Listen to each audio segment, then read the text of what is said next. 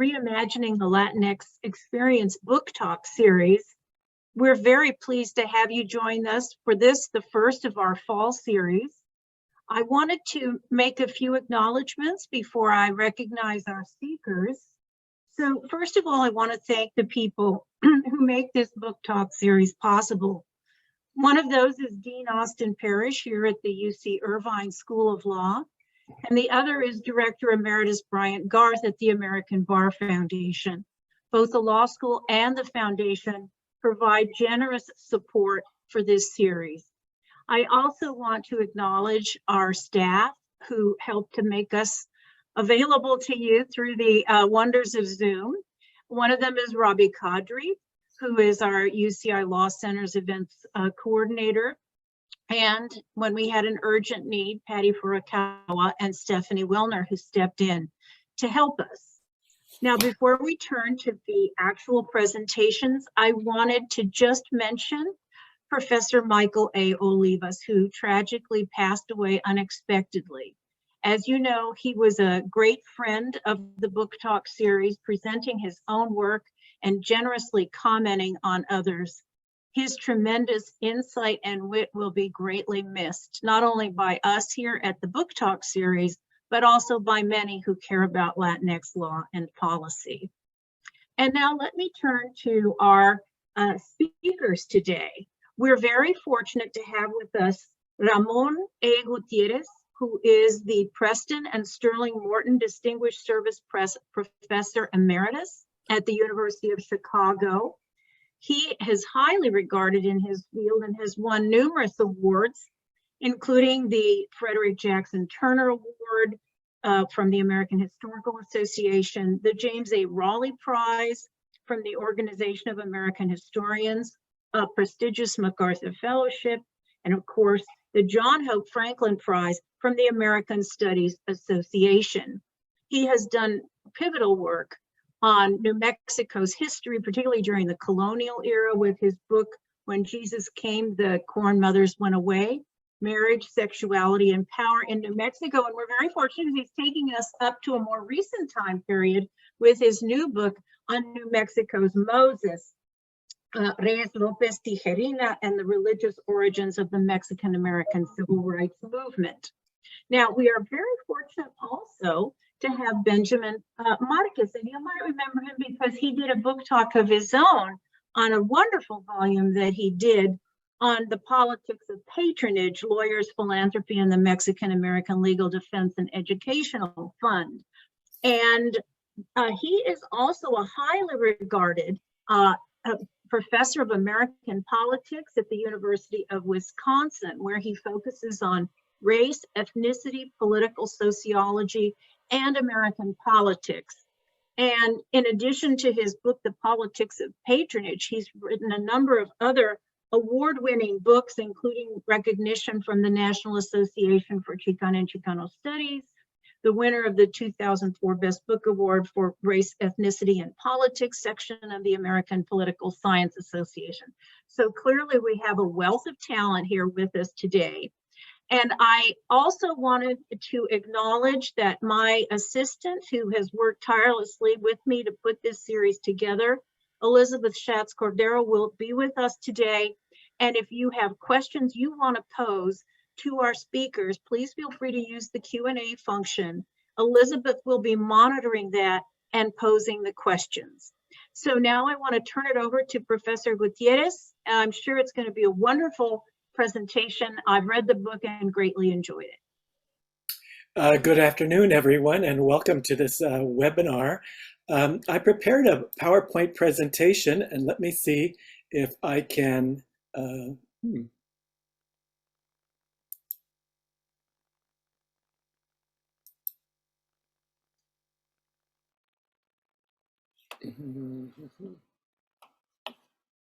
Hold on, I'm trying to figure out how to get the PowerPoint on.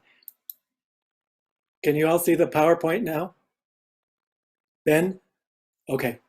So here's the title of the book, and I wanted to give you a little background on the history of New Mexico. Now, how do I make this thing move forward? Okay, sorry. Now, I think there is no coincidence that the movie The Ten Commandments came out in 1956, the very year that Reyes López Tijerina had his apocalyptic dream, his vision, what he calls the Visalia Vision. And you see in this picture Charlton Heston receiving the Ten Commandments. I fast forward to, this was one of the favorite poses that Reyes Tijerina liked to be photographed with. And what he did in 1972 was to create a very large rock with inscriptions on it akin to the Ten Commandments that you see with Charlton Heston. And the rock was commissioned as exactly 430 pounds to represent all the years that had passed since Francisco Vázquez de Coronado had entered New Mexico in 1540 to begin the conquest and colonization of New Mexico. You see here a picture without me highlighting the inscriptions on it. It's the Brotherhood Awareness rock, as he would call it.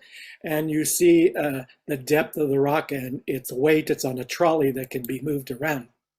Now, I was interested in studying and creating a biography of Reyes López Tijerina, primarily because everything that had been written up to at least 2005 were on his years as the leader of the Alianza Federal de Mercedes, which became the Alianza Federal de Pueblos Libres. So 69 years of his life had not been really accounted for in any thorough way, and I was eager to look at him as a prophet, as what he became known as the Moses of New Mexico. And that's, I got involved in him that way.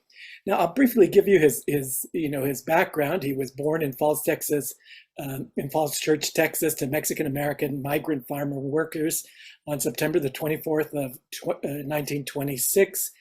His family were cotton pickers and sugar beet workers in Texas and in Michigan.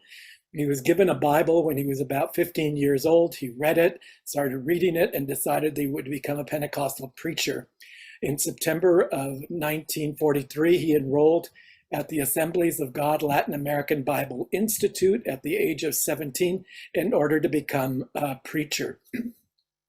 He did not formally graduate, but he had finished his course of studies, so he was allowed to get a license to preach as an Assemblies of God preacher. Here's a picture of a class at the Latin American Bible Institute, which was then on the outskirts of San Antonio. Now, one of the apocalyptic things that happened to him was that he was in New Mexico, not far from Los Alamos, when the atomic bombs were dropped on Hiroshima and Nagasaki. And he immediately interpreted this, according to his Assemblies of God teachings, that this was the sign that the apocalypse was going to happen, that Christ's second coming was to occur. And he would often say that you could already see the light of the dawn, the bright light of Christ approaching to take over the earth. So he was licensed as an Assembly of God preacher from 1946 to 1950. In 1950, his license was revoked, primarily because he was caustically critiquing the Assemblies of God for its arrogance, for its materiality, for its unwillingness to serve the poor. So he becomes an itinerant preacher at that point without license from anyone. So he was always very guided by the Bible. He thought he was a prophet, and he was sure that as Revelation said, that the light was, one could already see the light of the apocalypse. He became an anti-nuclear war weapons activist because of the destruction that it had created. His message was really a denunciation of modernity, of consumer capitalism, and the church's materialism. He was particularly concerned that capitalism was eroding parental authority and patriarchy and liberating women in unsavory ways. And he militated for equal justice in order to tend to the poor, the orphans, and widows. Now, he was in 1956, he decided that he had to take the very year that the Ten Commandments was produced and won the Academy Award. He leads a group of 30 followers. He had not had very many accolades over the years, but he managed to gather about 30. They bought a piece of land outside of Phoenix, and they formed a community there. They built underground bomb shelters in which they would survive the approaching nuclear destruction, and they prepared themselves to be swept up in rapture.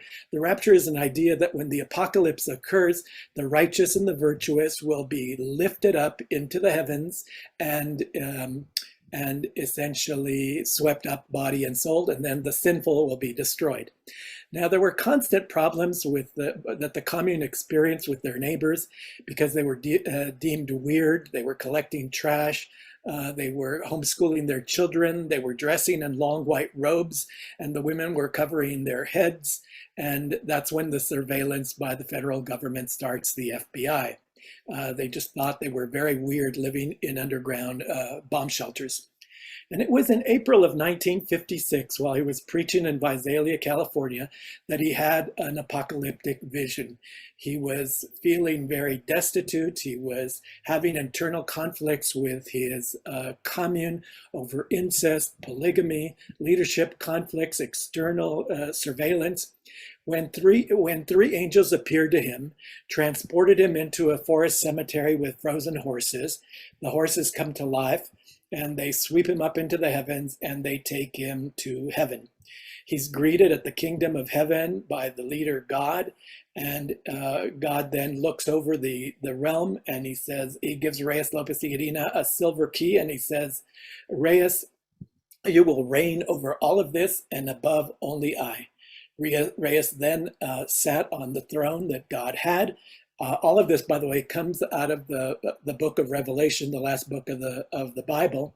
And then instantly he was transported back to Visalia, and he was certain that he had had a revelation exactly as described in the last book of the Bible. And as he said, as he writes in his autobiography, now my life had a direction and assurance that I was not alone. So he had more problems with the law in Arizona. He tried to get his brother Margarito to escape from jail. Margarito had been convicted of murder and had escaped the jail there, and Reies was going to help him break out of the jail.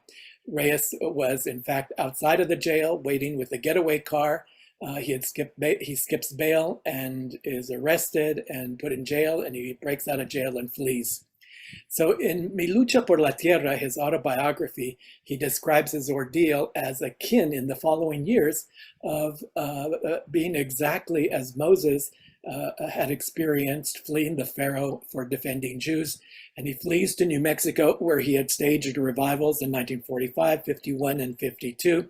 And he concludes that his super dream, the Visalia dream, was about the kingdom of New Mexico, its frozen land grants, and that God had dispatched him there to escape persecution.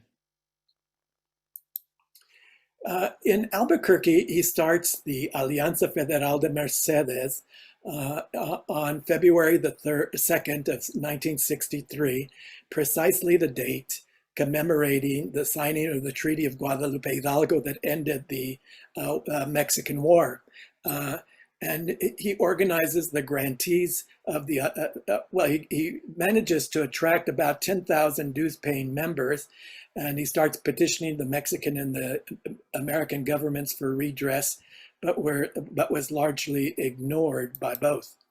Now, as a Pentecostal preacher, I've gone down the list here to give you a sense of what he would do. As a Pentecostal preacher, he would say that nuclear Armageddon was near. He would critique modernity, critique capitalist-inspired churches, that materialistic, corrupt preachers were leading the churches. He wanted a restorationist gospel, return to the primitive church, and to impose patriarchy. The capitalism was eroding patriarchy. And so he wants Christ to await Christ's millennial return. People were supposed to repent. So he uses the exact same strategy as a land grant activist, that nuclear Armageddon was near. He critiqued modernity, unbridled capitalism, materialist corrupt politicians, and courts that exceeded their mandates. The Restorationist Alianza would recuperate the land, the aristocracy of the settlers who came to New Mexico, their patriarchal honor, and the submission of women. A Christ's millennial return would occur and was at hand. Repent and unify was his message.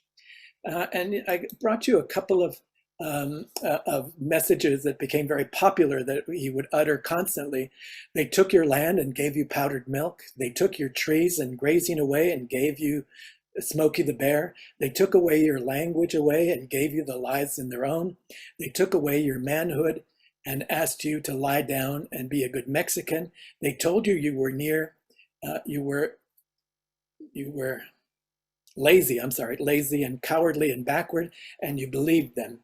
The other one was, if we recuperate the land, we will recuperate our culture. If we recuperate our culture, we will recuperate the family. And if we save the family, we will liberate ourselves from Anglo-Saxon domination. In October, they decided that all the petitions had not worked. And on October the 15th, they took over a part of the Kit Carson National Forest, which was the Echo Amphitheater. And they said that it was the ancient land of the Pueblo de San Joaquin del Rio de Chama, which had been started in 1806 and had been illegally seized by the federal government. They arrested the forest rangers. They declared them as trespassers. They held the area for 2 weeks and later announced that they would undertake another blowout, what he called blowouts. So this is the manifesto, or I should say the warning, the notice to cease and desist. U.S. is trespassing in New Mexico. U.S. has no title to New Mexico. The Treaty of Guadalupe Hidalgo is fraudulent and invalid.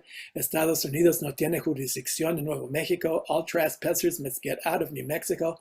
All pirates go home. All Spanish and Indian pueblos are free forever. All trespassers will be punished by law. Long live the free city states of New Mexico.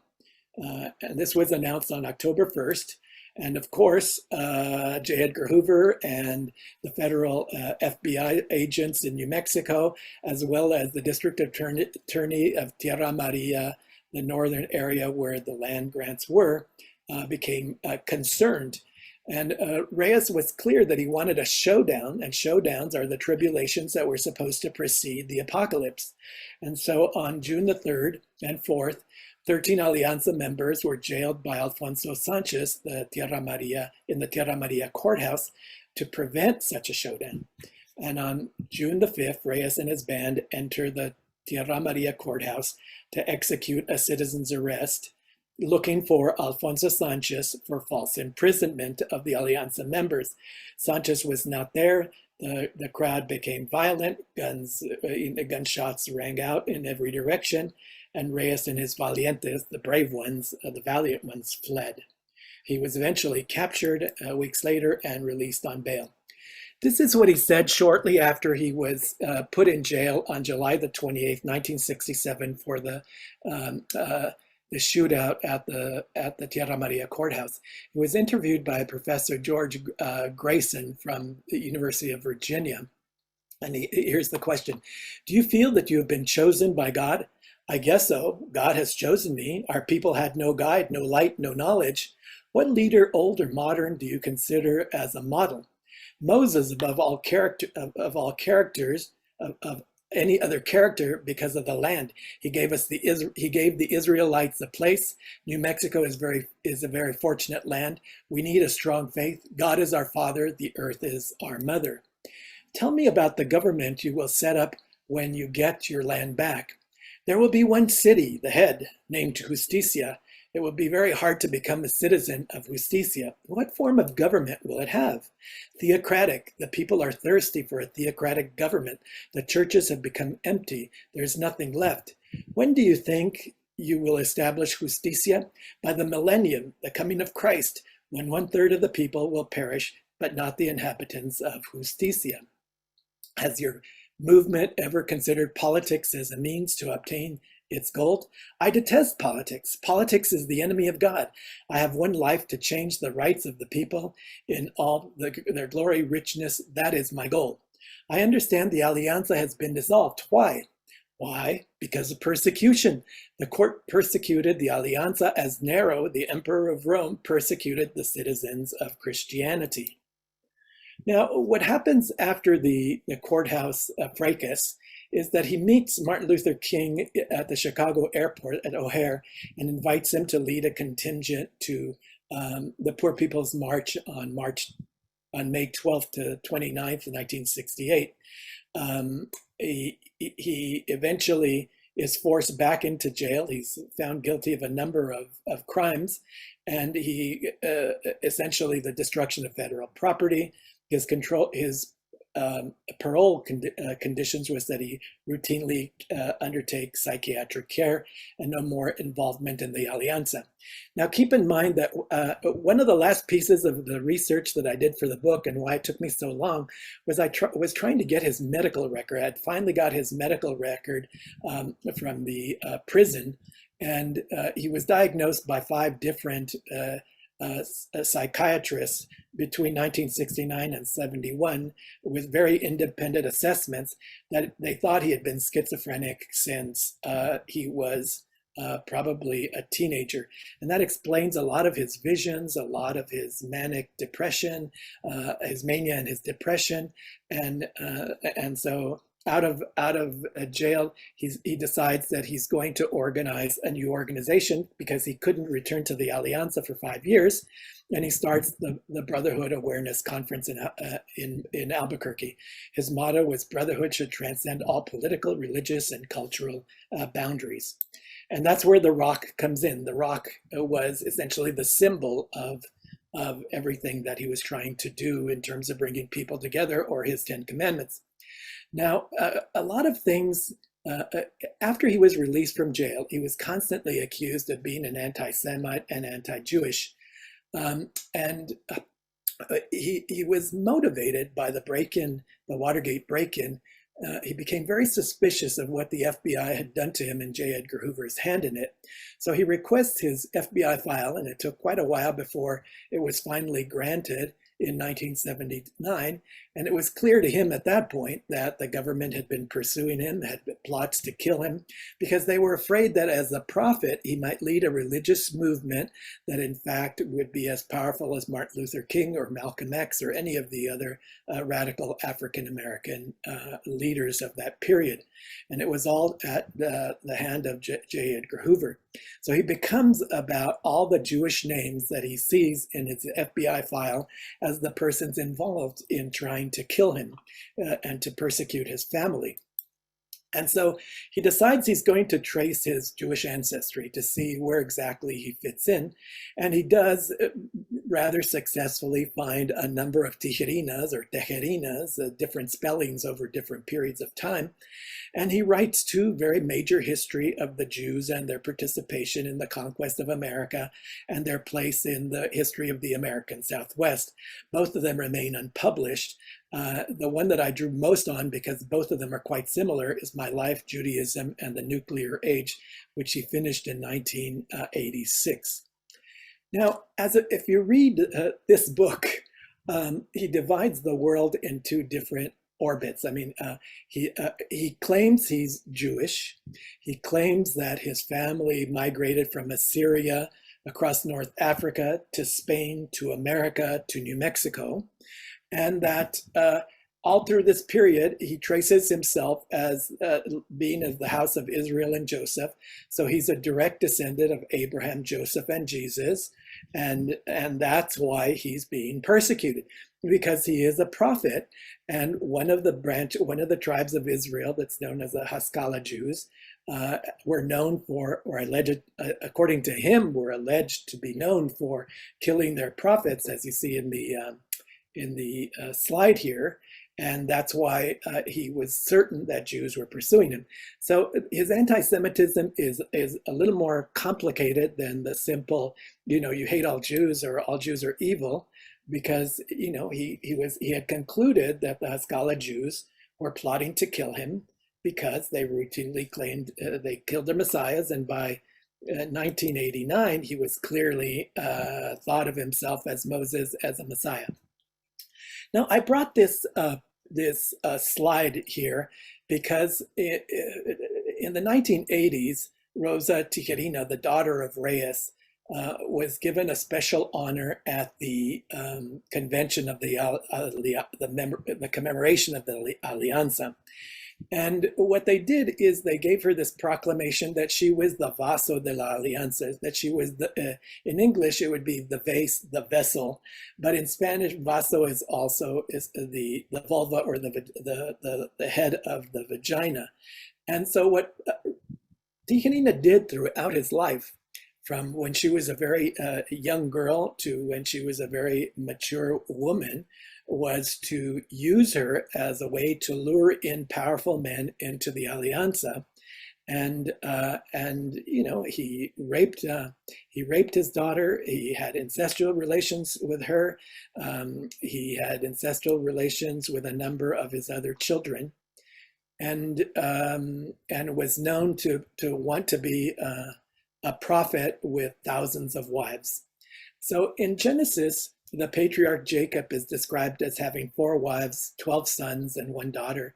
And with 3 wives, 10 children, and 35 grandchildren, Reies Tijerina would have been deemed Jacob's equal. His first wife was Maria Escobar Chavez, who formed for all practical purposes, formed the Alianza. He then married Patricia Romero because he needed a wife who was a land grant heir. That is, as a Texan, New Mexicans feared him and were suspicious of him. He was also, at the time, a Protestant, and so he converted to Catholicism so he would be accepted as a land grant leader. And then finally, in his old age, he married Esperanza Garcia Valladares, who lived in Morelia, right outside of Morelia, Michoacan. I believe that is the last slide, and I'll stop the share and I'll open it up to Ben. Thank you so much, Professor Gutierrez. And now we're going to hear from Professor Márquez. Hi, thank you, Ramón. I enjoyed your book very much. I think it's a terrific piece of history, and I learned so much from it. Believe me, there is a lot more in this book than what Ramón presented today. And I have a question. Well, actually,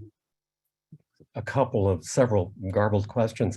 But I wanted to ask you about Tijerina and his religious vision, and how it related to the larger Mexican American civil rights movement.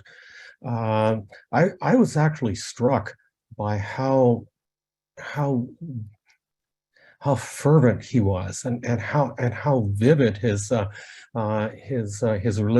religious visions were, and that he felt he was leading a holy, sacred cause. However, a couple of things. One, it's not the traditional social gospel as practiced by some Catholics or religious networks like the Industrial Areas Foundation today. And as I read on, I learned that he also rejected religion and religious institutions at times in favor of secular strategies, and that surprised me, that you would have these switches. Now, your research also reveals, and you mentioned some of this at the end, there are some disturbing and really chilling passages in this book that shocked me, and you found some pretty solid evidence that he suffered from a number of mental disorders, and that led to erratic behavior that alienated his followers and also shrank his base of support. So he was not the head of a large-scale social movement. Well, he may have been at some times, but a lot of times his circle was small and constantly changing. And I feel that that like Cesar Chavez, his actions were appropriated by cultural nationalists of the Chicano movement. Well, here's a guy who actually did something. He is one of us, but he appeared to be operating on a different plane altogether, just as Cesar Chavez was a labor union organizer. I mean, he wasn't a cultural nationalist; he was organizing unions, but he was the saint who would die for his cause. So I began to wonder that Tijerina was the things he did were the acts of a charismatic and celebrated individual, but ultimately one that was not religious or influential in the Mexican American civil rights movement. And I wanted to put that out there and just get your reflections on that. Let me take the second question or comment first. Keep in mind that both Cesar Chavez and Reies Tijerina were leading rural movements. They were not urban movements. They were also very different generations in terms of their age versus the Chicano movement that came out of student organizing in urban centers. They wanted something very different. That is, so you never saw the word Chicano either uttered by Tijerina or by Cesar Chavez in any profound way. With Cesar Chavez, he certainly used them to man the boycotts, but he never said that he was organizing for a nation of Aztlan or anything of that sort. In fact, most of it, was just ignored by Tijerina and by Cesar Chavez. So I think that's one factor. The second is that the courthouse fracas has always been depicted as in the language of the FBI and J. Edgar Hoover. It was a shootout. It was a violent act of opposition to federal property laws, that it was essentially a raid. The raid has not disappeared as the official way in which it's referred to. And so the reality of it, and why he was left out, and why he was acquitted of most of the charges against him for the Echo Amphitheater invasion, was that he was executing a citizen's arrest, and the federal judge concluded that he had the right to pursue a citizen's arrest. So a lot of the misunderstanding of Tijerina by 1971 was that he had engaged in a violent shootout and raid, while it was a citizen's arrest. So that totally is a misunderstanding of him. I'd say also that the schizophrenia was, I mean, as you read backwards from when I got his medical record, then looking back at some of these really unusual moods, he would dig holes in the hills of LA, in the foothills of LA, and he would dig out caves, and he would go into these caves and not eat, not sleep, not drink water for days and days and days, and then he would emerge with a revelation that he had seen, God had told him how to do this or that or the other, or he would just fly off into wild rages. And his wife and his children were always the butts of his violence. So about the first, Reies Tijerina never stopped thinking of himself as a prophet and as a Messiah figure and as a Moses. And the way is that if you read the Spanish record, I mean, he spoke in two different languages, in Spanish and in English, and he knew his audiences. So when he would speak in English, he knew that he was being recorded by the reporters of all sorts of newspapers, the New York Times, the Washington Post, etc. And so he would give a secular version of what he was doing. But only his closely knit circle of allies, he would speak to them in Spanish and reveal all this stuff about being chosen, his flights into heaven, his using of the Bible book Revelation to understand contemporary society, and thus he was a self-taught evangelist of sorts. Now he was thrown out of the Assemblies of God, and he became very anti-Protestant in general, because what he saw from 1945 to 1965 was that the Protestant churches were growing in size. They were building magnificent edifices. The ministers were dressing in flashy, clothes, with beautiful cars, if you just follow the Tammy Baker and some of those early Assemblies of God preachers, they were corrupt and had all sorts of evil around them in terms of incest, extramarital affairs, sexual assaults, and that was certainly there before, just because now they were more popular because they had television at their service.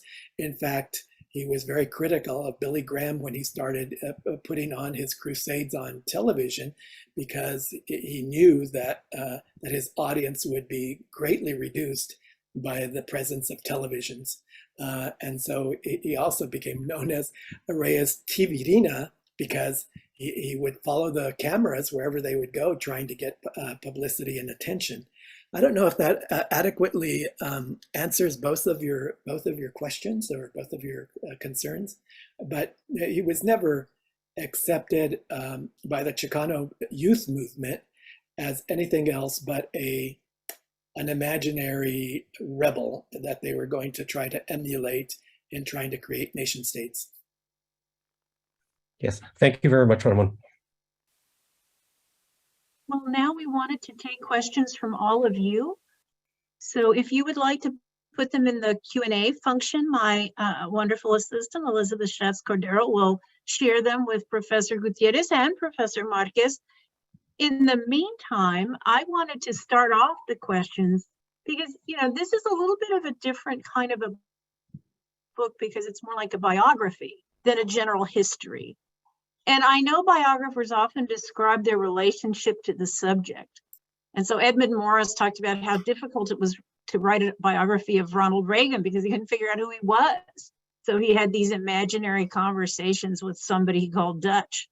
But I wondered, because Tijerina in some ways was so repellent, for me at least, in reading the book, because of the way that he treated women and his family and his followers. How did you construct your relationship to your subject, and how is it difficult to write about someone you might not like very much, even if they're an important historical figure? Oh, it's a long story. As I mentioned in the introduction to the book, my mother's family and their ancestors were the first settlers of New Mexico, and they came with Tome de Dominguez in 1598 and were given a community land grant. And so it was abandoned during the Pueblo Revolt, and then they came back in 1739 to retake the land grant that they had been given by, it would have been, I guess, Philip II. Yeah, it's Philip II. And so as a child, my mother said to me, oh, she had heard of this guy, Tijerina, who was going to get the Mercedes back because they had lost the Merced during the 50s. Sometimes I still don't understand all the shenanigans that went on. But nonetheless, they lost the land and they moved in as farm workers on the south side of Albuquerque. I heard his name around the house, many times. I didn't, as a child, I didn't know what it meant or anything else. Then when I was doing dissertation research in Santa Fe on the first book, the Corn Mothers book, Reies Tijerina and I were often the only two persons in the record center for the state of New Mexico, using the microfilm editions of the Spanish archives, the Mexican archives, and the territorial archives of New Mexico. And because he wasn't educated as a paleographer, many times he would say, Ramón, can you help me with this? I don't understand this symbol. What does it mean? Why is this here and not there? And why is that there and not here? And what does this mean and that mean? And so I would interpret documents for him. And that's how I first got to know him. So after the Core Mothers book came out in 1992, he, at the National Chicano Studies Association meeting in Albuquerque, he called me to his room and he told me he wanted me to write his story. And I said, oh, well, I have a lot of projects, Reyes, thank you for the offer, blah, blah, blah, blah, blah. And I thought, okay, well, it just went to the back of my mind. Eventually, what happened was that he sent me an invitation when his archive was opened at the University of New Mexico on June the 6th of 2005. Now, what he had done, what he had done as a leader, as a prophet, as a Moses, was that every few years he would go up into a piece of land that he owned in northern New Mexico, and he would dig a very large hole. And he would go to a junkyard and buy the tops of 2 cars of automobiles. He would place one top at the bottom to underline the hole. And then he would wrap his papers in plastic, and then he would put the second cap above it, and then bury it. And so about 2001, he decided to give it to the University of New Mexico if they kept it in the deepest basement archive, which is like 5 floors down. Because if the nuclear atomic bomb came, his archive would survive. And that's where you find that rock deep in the bowels of the University of New Mexico Library. So at that point, I looked at the huge size. I mean, it's almost 400 linear feet of paper. So it is the largest archival collection of any 1960s, or I should say post-Second World War civil rights leader in the United States.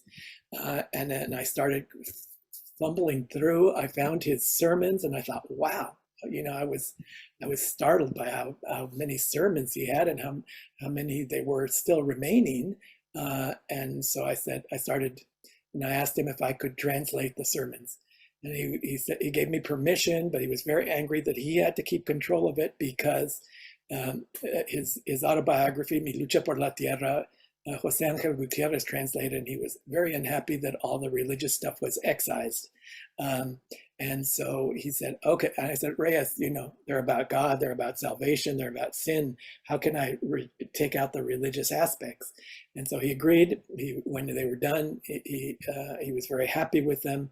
And then I started working. I thought I didn't understand him. So I spent the next 15 years doing research in his archive, to his correspondence, his marriages, interviews with children, interviews with allies, interview with enemies, to put the book together.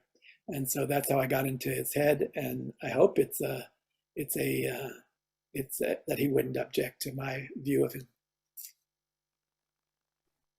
Well, that is fascinating because I think, I learned so much from the book because I only associated him with the land grant movement, didn't really understand the backstory. Now, one other decision you made as an author was to devote a lot of the book to his own sermons and bilingual form and allow him to speak in his own voice. And I wondered what prompted you to decide, because I mean, a lot of the back of the book is really his sermons.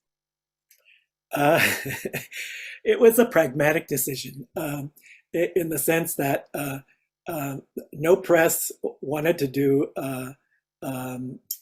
publish the sermons translated into English as they were without an extensive introduction.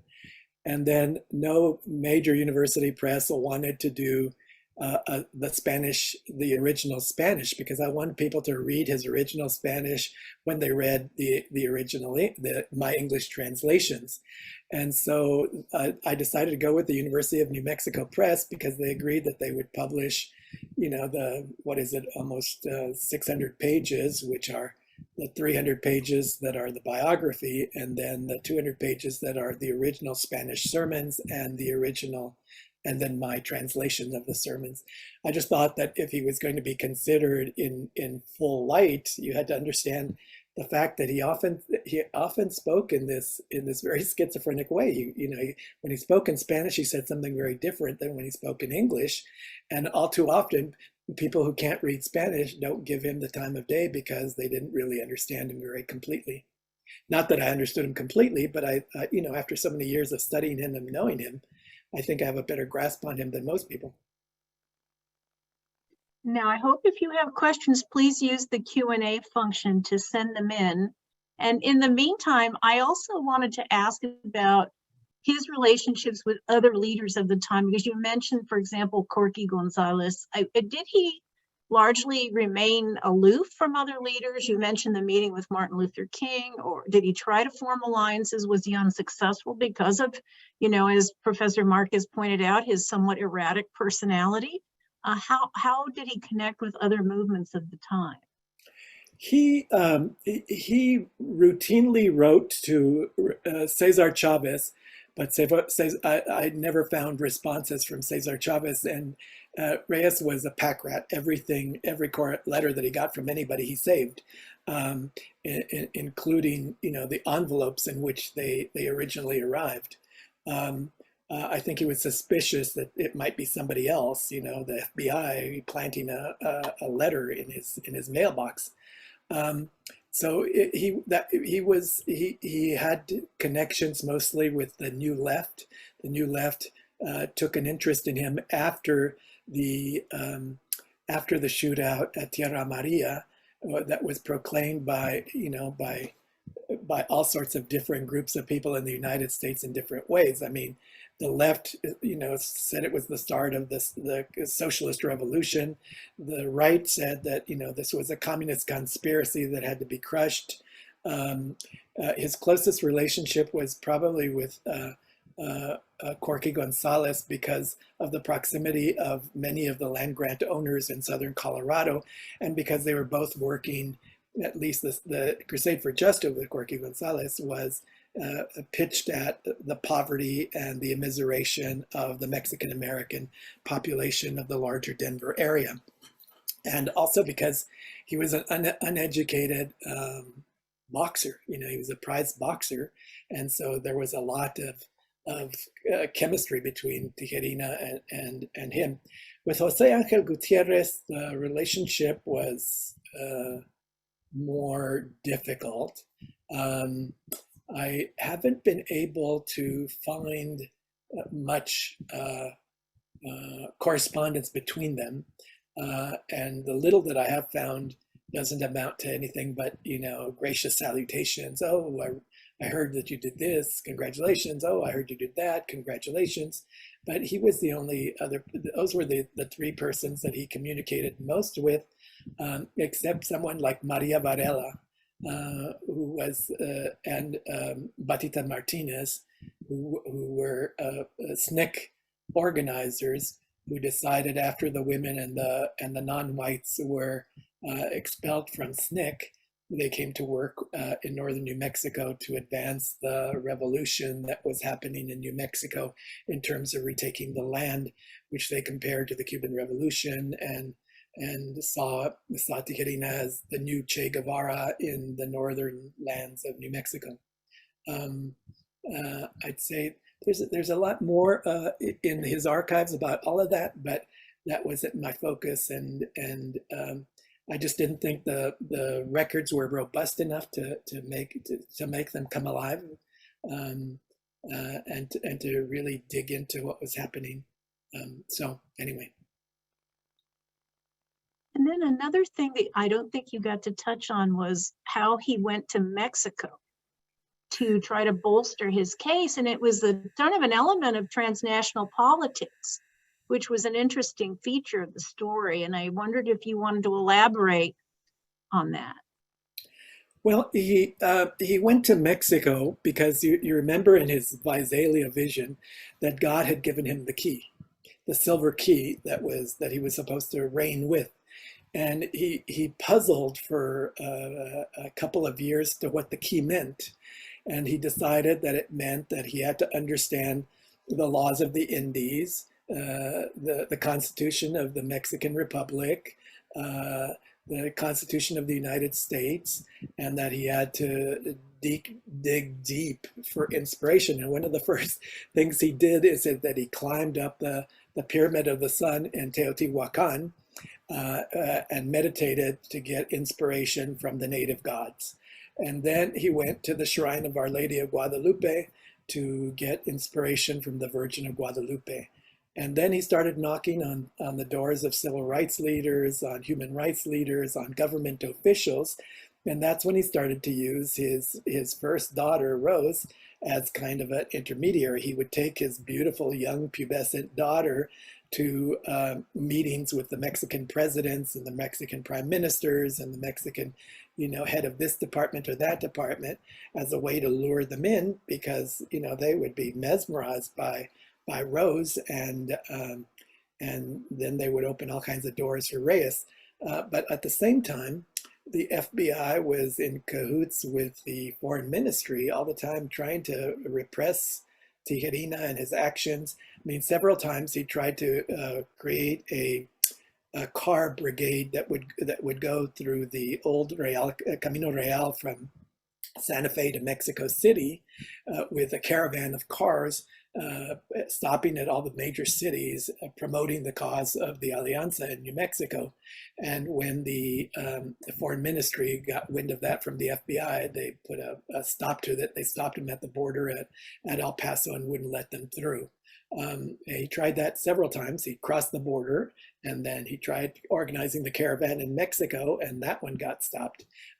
So he was active in trying to create those relationships, but they never occurred at the level of state, except in repressing him until after he had been released from jail, and he was trying to get movie rights and acting rights and assistance from the Ministry of de los Mexicanos en el Exterior, the Mexicans in the exterior.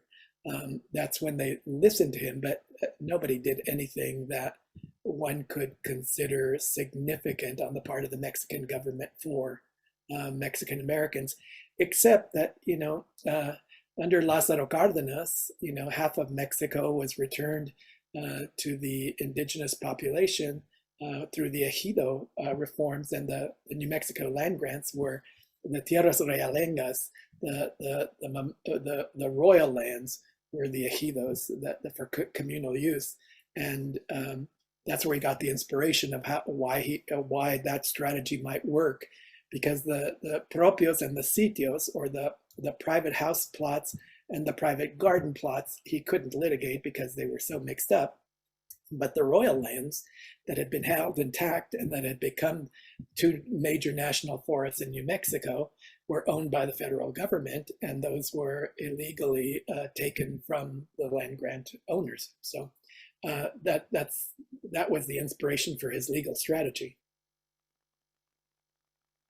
And then I think I wanted to close with one final question for both of you, because when Professor Márquez came and talked about his book on the politics of patronage, he described how the Ford Foundation wanted to professionalize and moderate the agenda for the Mexican American population by, supporting MALDEF and its work and moving it away from direct service with potentially disruptive local communities and move it more towards a different kind of advocacy.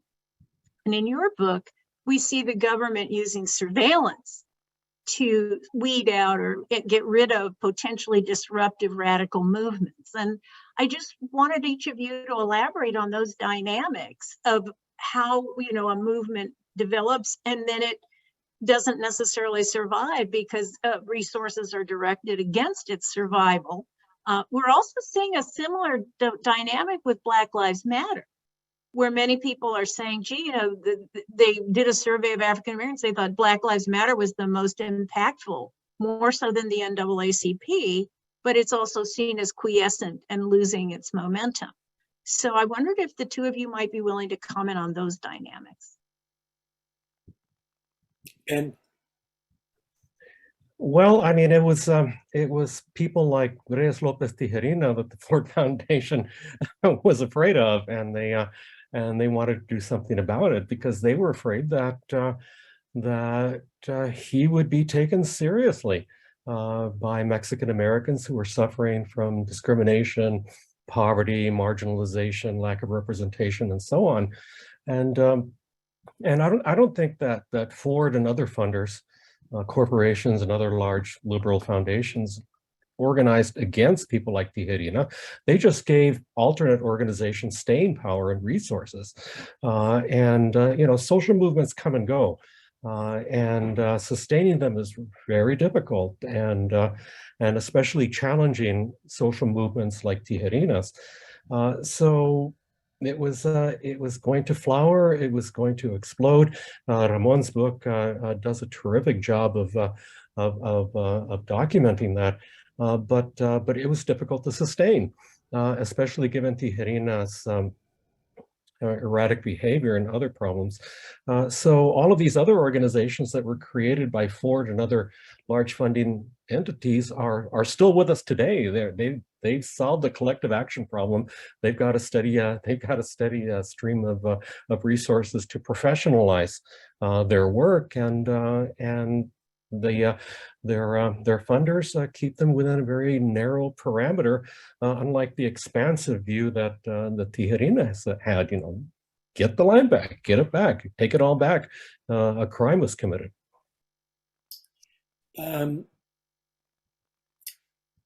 Reyes Tijerina was under FBI surveillance from the moment that he's created the commune in Arizona.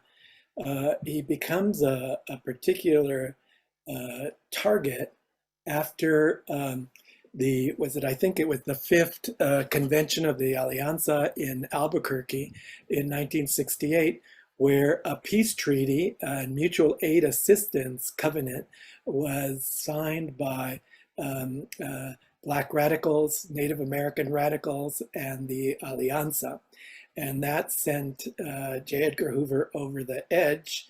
And what followed were assassinations of people, imprisonment of people, and the activities of COINTELPRO. The secret dirty tricks and killing and pursuing people. I mean, I think I mentioned in the book that after that, Reies López Tijerina, his house was firebombed a number of times. His car was driven off roads. His son was raped. His daughter was raped. Again by police agents, and it just went on and on. That he survived, it was a miracle in itself, and he probably survived because he was in jail. Well, I wanted to thank both you, Professor Gutierrez, and Professor Márquez for this wonderful discussion. And I'm sorry, because I've had a little technical difficulty, so I've been listening in by phone, so there's a little echo. But I wanted to thank you. It's really been fascinating, and this is a person who deserved more attention, certainly got it through this terrific book. I also wanted to thank everyone who came today. And I finally wanted to alert you to our next talk in the series, which is Geraldo Cadava's discussion of the Hispanic Republican, a really interesting account of the roots of Hispanic involvement in the Republican Party, dating well before Richard Nixon. But believe it or not, Richard Nixon was seen as creating the gold standard for enlisting Hispanics to vote Republican. So that will take place 3 weeks from today on September 28th at 12 noon. And I hope to see all of you there. Thank you so much. Thank you all for coming. Thank you.